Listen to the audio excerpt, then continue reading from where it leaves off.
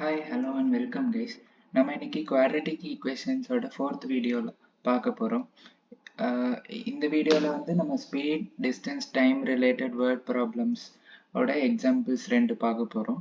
இந்த வீடியோ பார்க்கறதுக்கு முன்னாடி நான் அப்லோட் பண்ணியிருந்த first 3 வீடியோஸ் பார்த்துட்டு அப்புறம் இந்த வீடியோக்கு வரதுக்கு நான் highly recommend பண்ணுவேன். Okay. ஸோ இப்போ ஸ்பீட் டிஸ்டன்ஸ் டைம் ரிலேட்டடாக குவாட்ரட்டிக் ஈக்குவேஷன்ஸில் எந்த மாதிரி டிஃப்ரெண்ட் வேர்ட் ப்ராப்ளம்ஸ் பார்க்கலாம் அப்படிங்கிறதுலேருந்து நான் ஒரு 2 எக்ஸாம்பிள்ஸ் எடுத்திருக்கேன். இப்போ ஃபர்ஸ்ட் கொஸ்டின் பார்த்தீங்கன்னா, in a flight of 600 kilometre an aircraft was slowed down due to bad weather. Its average speed for the trip was reduced by 200 km per hour from its usual speed and the time of the flight increased by 30 minutes. Find the scheduled duration of the flight. So ஒரு flight வந்து ஏங்கிற ஒரு ஏர்போர்ட்லேருந்து பிங்கிற ஒரு airport போகுது. இந்த total distance வந்து 600 kilometre அப்படின்னு சொல்லி கொடுத்துருக்காங்க. இந்த டோட்டல் டிஸ்டன்ஸ் 600 கிலோமீட்டர். இது வந்து யூஸ்வலாக ஒரு ஸ்பீடில் போகுது. ஆனால் பேட் வெதர் காரணமாக அதோட ஸ்பீடு வந்து 200 கிலோமீட்டர் பெர் ஹவர் கம்மி பண்ணியிருக்காங்க. அப்படி கம்மி பண்ணதுனால அது யூஸ்வலாக எவ்வளோ டைமில் போகுமோ அதை விட ½ டிலேடாக போகுது அப்படிங்கிறது தான் கொஸ்டின். ஸோ இந்த இடத்துல நம்ம அது யூஸ்வலாக எந்த ஸ்பீடில் போகுங்கிறதும் நமக்கு தரல, யூஸ்வலாக அது எந்த டியூரேஷனில் போகுங்கிறதும் தரல. சப்போஸ் நான் ஸ்பீடு வந்து v அப்படின்னு சொல்லி எடுத்துக்கிறேன் அப்படின்னா நமக்கு தெரியும் இல்லையா, என்ன ஃபார்முலா தெரியும்? Speed is equal to distance by time அப்படிங்கிற இந்த ஃபார்முலா நமக்கு தெரியும் இல்லையா. அப்போ இதுல இருந்து time is equal to distance by speed. அப்போ யூஸ்வல் டியூரேஷன் நம்ம என்னன்னு சொல்லலாம்? இது வந்து யூஸ்வல் ஸ்பீடு.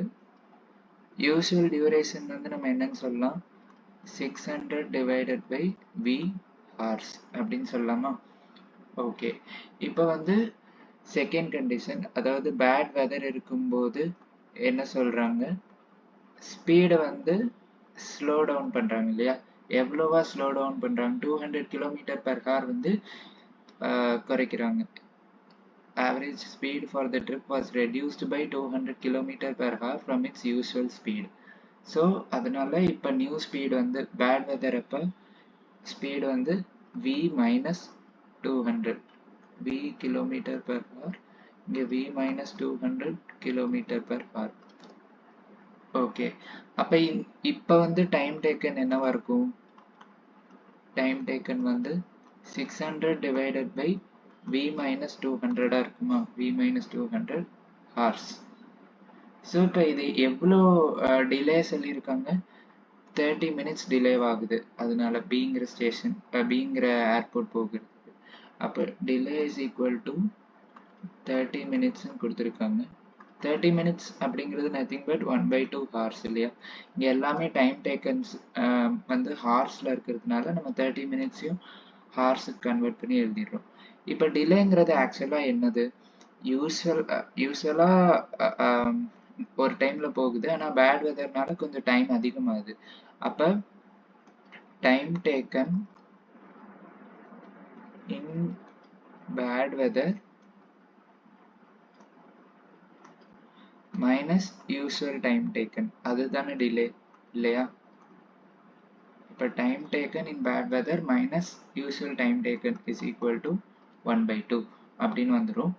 இப்போ time taken in bad weather வந்து 600 by v minus 200 minus usual time taken 600 by v is equal to 1/2 அப்படின்னு சொல்லி நமக்கு வந்துடும்.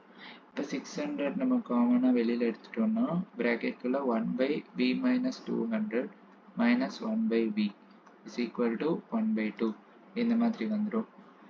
ஸோ இப்போ நெக்ஸ்ட் 600 இன்ட்டு இதை நம்ம இப்போ கிராஸ் மல்டிப்ளை பண்ணோம்னா v minus 200 divided by v into v minus 200 is equal to 1/2 அப்படின்னு சொல்லி வரும். அப்போ இது வந்து 600 into v minus v plus 200 divided by v square minus 200v is equal to 1/2. So v minus v cancel ஆயிடும். அப்போ 600 into 200 வந்து 6 into 2 12 2 zeros 2 zeros so 1,20,000 divided by v square minus 200b is equal to 1 by 2. இது திருப்பி cross multiply பண்ணோம்னா so 2,40,000 is equal to v square minus 200b. So v square minus 200b minus 240000 is equal to 0 அப்படிங்கிற quadratic equation கிடைக்குதா? இப்போ வந்து நமக்கு sum இங்க வந்து product sum வந்து minus 200 இருக்கு product வந்து minus 2,40,000 இருக்கு. ஓகே ஸோ அப்போ எந்த ரெண்டு நம்பர்ஸ் இந்த கண்டிஷன் சாட்டிஸ்ஃபை பண்ணும்? minus 600 plus 400 satisfy பண்ணுது. இதை ஆட் பண்ணால் நமக்கு minus 200 கிடைக்குது. ப்ராடக்ட் பண்ணால் 6 into 4 24 ரெண்டு ஜீரோ இங்கே ரெண்டு zero so minus 24 2 zeros 2 zeros so கரெக்டாக இருக்குது. So v square minus 600v plus 400v minus 2,40,000 is equal to 0 அப்படின்னு வந்துடும். அப்போ v into v minus 600 plus 400 இங்கே காமனாக எடுத்தோம்னா 400 into v minus 600 is equal to 0. So v plus 400 into v minus 600 is equal to 0. So இதில் இருந்து நமக்கு v is equal to minus 400 or v is equal to 600 இப்படிங்கிற இந்த ரெண்டு values கிடைக்கும். நான் vங்கிறது நம்ம என்னவா அசியூம் பண்ணியிருக்கோம் இந்த இடத்துல ஸ்பீடு இல்லையா? அப்போ ஸ்பீடு வந்து நெகட்டிவாக இருக்கலாமா? இருக்க முடியாது. அப்போ அதனால நான் இந்த வேல்யூ வந்து கன்சிடர் பண்ண மாட்டேன். So v is equal to 600ங்கிறது தான் answer. therefore usual speed of the plane is equal to 600 km/h. அதுதான் நம்மளோட ஆன்சர். Next question பாருங்க. The time taken by a person to cover 150 km was 1/2 hours more than the time taken in return journey. Okay. So இந்த இடத்துலயும் A to B வந்து 150 km total distance வந்து 150 km. Time taken by a person to cover 150 km was 2.5 hours more than the time taken in return journey. So return journey na இது A to B போறாங்க, இது forward journey. return journey na B to A. B to A வரும்போது என்ன time எடுத்துக்குதோ அதை விட A to B போறதுக்கு 2.5 hours அதிகமா எடுத்துக்குது அப்படின்னு சொல்றாங்க. So suppose B to A வரதுக்கு எடுத்துக்கிற டைம் டேக்கன் இந்த இடத்துல இந்த டைம் டேக்கன் வந்து நான் T அப்படின்னு எடுத்துக்கிறேன்னா இது T-ஆ இருந்ததுன்னா ரிட்டர்ன் ஜேர்னிக்கு ஆறு டைம் T-ஆ இருந்ததுன்னா இந்த A to B போகிறதுக்கு எவ்வளோ time ஆகுதுங்கிறாங்க 2.5 hours more than the time taken in return journey. So இங்கே வந்து time taken is equal to 2.5 plus T. Okay.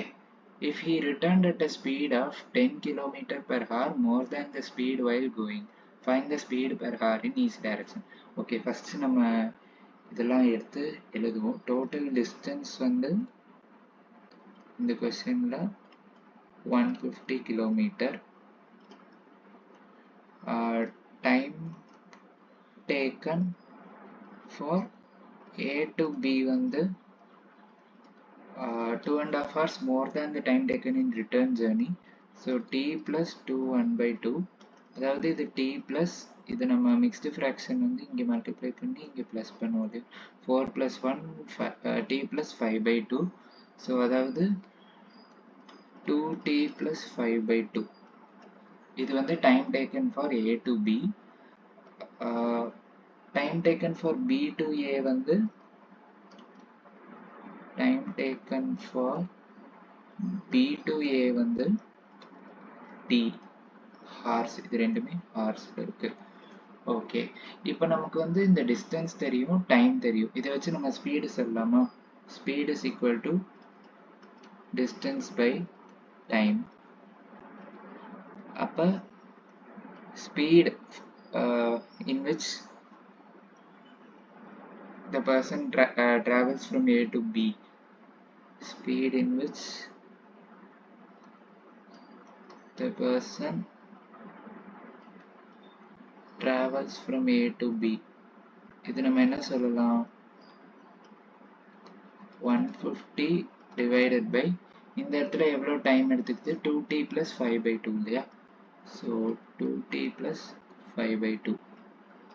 So அதாவது இது இப்போ 300 divided by 2t plus 5 அப்படின்னு ஆயிடுமா. இந்த 2 வந்து மேலே போயிடும். இந்த டினாமினேட்டரில் இருக்க ஃப்ராக்ஷனோட டினாமினேட்டர் வந்து ஆக்சுவல் ஃப்ராக்ஷனோட நியூமரேட்டருக்கு போயிடுது. So 300 divided by 2t plus 5 அப்படின்னு கிடைக்குது. அதே மாதிரி speed in which the person travels from B to A, இது என்ன கிடைக்குது, 150 divided by இந்த இடத்துல ஸ்பீடு வந்து t, so 150 by t. Okay, இப்போ கொஸ்டின்ல இன்னொரு கண்டிஷன் தந்திருக்காங்க இல்லையா, if he returned at a speed of 10 km per hour more than the speed while going, அதாவது என்ன சொல்லியிருக்காங்க, return speed is equal to 10 km per hour plus going speed இல்லையா. அதனால தானே போகும்போது டைம் வந்து 2.5 hours அதிகமாக எடுக்குதுன்னு சொல்கிறாங்க. ஏன்னா ரிட்டர்ன் ஜேர்னிக்கு வர டைமோட 2.5 hours அதிகம் எடுக்குதுன்னா ரிட்டர்ன் ஜேர்னியில் அப்போ ஸ்பீடு அதிகமாக வந்திருக்காங்க அப்படின்னு அர்த்தம். அது எவ்வளோ அதிகமாக வந்திருக்காங்கன்னு சொல்லி கொடுத்துருக்காங்க, 10 km per hour அதிகமாக வந்திருக்காங்க. If he returned at a speed of 10 km per hour more than the speed while going, போகிறப்ப இருந்த ஸ்பீடை விட வரும்போது 10 km per hour அதிகமாக speed இருந்திருக்கு. So return speed is equal to 10 km per hour plus going speed. So return speed ங்கிறது என்னது, speed from B to A, அது என்னது 150 by t is equal to 10 plus going speed வந்து 300 by 2t plus 5 இல்லையா, 300 by 2t plus 5. So அப்போ இதை நம்ம எல்லாத்தையும் t டேர்ம்ஸ் எல்லாத்தையும் ஒரே சைடு கொண்டு வந்துட்டோம்னா 150 by t minus 300 by 2t plus 5 is equal to 10 அப்படின்னு சொல்லி கிடச்சிரும். இப்போ நம்ம நியூமரேட்டர் ரெண்டுமே பார்த்தீங்கன்னா 150 காமனாக எடுக்கலாம் இல்லையா. இப்போ 150 காமனாக எடுத்தோம்னா 150 into 1 by t minus 2 by 2t plus 5 is equal to 10 அப்படின்னு சொல்லி நமக்கு வந்துடும். இந்த 150 இங்கே மல்டிப்ளிகேஷனில் இருக்குது, இந்த 150 அந்த சைட் போச்சுன்னா டிவைட் ஆகும். So 1 by t minus 2 by 2t plus 5 is equal to 10 by 150. So இதை கிராஸ் மல்டிப்ளை பண்ணுறோன்னா 2t plus 5 minus 2t divided by t into 2t plus 5 is equal to 1 by 15. So 2t minus 2t cancel ஆயிடும். So நமக்கு வந்து 5 divided by 2t square plus 5t is equal to 1 by 15 அப்படின்னு சொல்லி வரும்.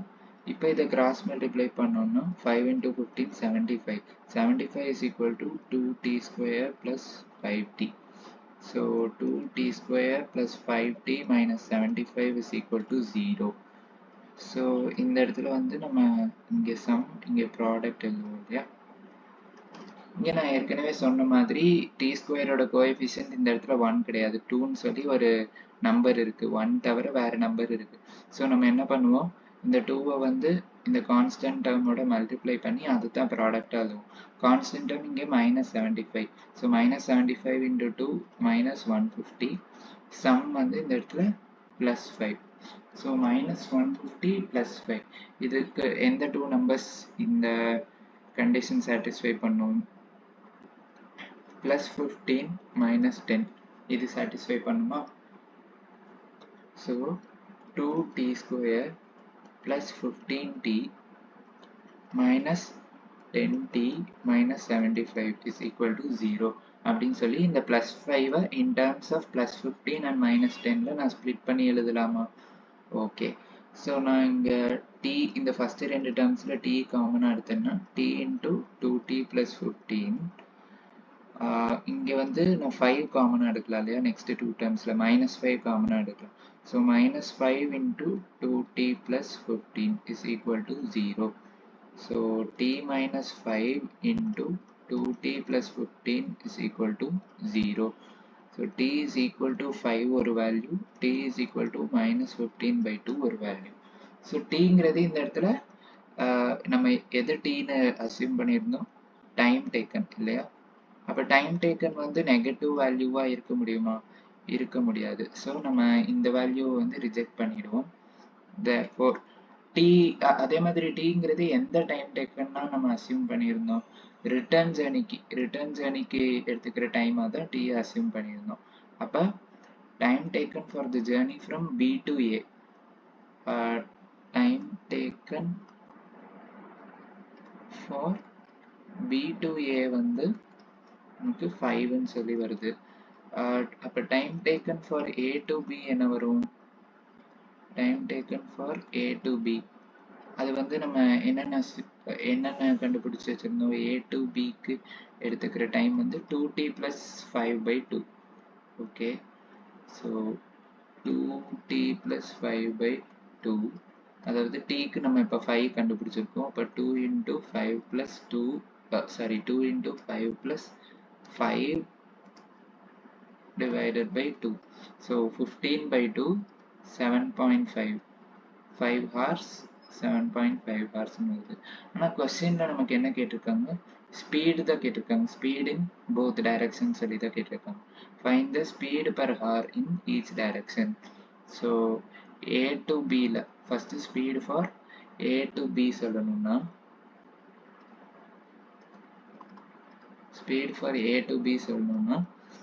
total distance by time, speed ஓட formula. இப்போ distance வந்து 150, time a to b க்கு டைம் என்னவாயிருக்கு? 7.5 or 15 by 2. 15 by 2. இப்போ இந்த 2 இங்கே மேலே வந்துடும். ஸோ 300 by 15 இதை நம்ம கேன்சல் பண்ணோம்னா 20 km/h அப்படின்னு வரும். Next speed for b to a கண்டுபிடிக்கணும்னா ரிட்டர்ன் ஜர்னி அதே distance 150 divided by b to a க்கு டைம் வந்து 5 hours எடுத்துக்குதா? 150 by 5, ஸோ 30 km/h. ஸோ இதுதான் நமக்கு ரெக்வயர்ட் ஆன்சர். ஸோ இந்த வீடியோ உங்களுக்கு நல்லா கிளியராக இருக்கும்னு நினைக்கிறேன். ஏதாச்சும் டவுட்ஸ் இருந்ததுன்னா அதை கமெண்ட் பாக்ஸில் போஸ்ட் பண்ணுங்கள். அதே மாதிரி இந்த வீடியோ உங்களுக்கு பிடிச்சிருந்ததுன்னா கண்டிப்பாக இது லைக் பண்ணுங்கள், ஷேர் பண்ணுங்கள், சப்ஸ்கிரைப் பண்ணுங்கள். பை.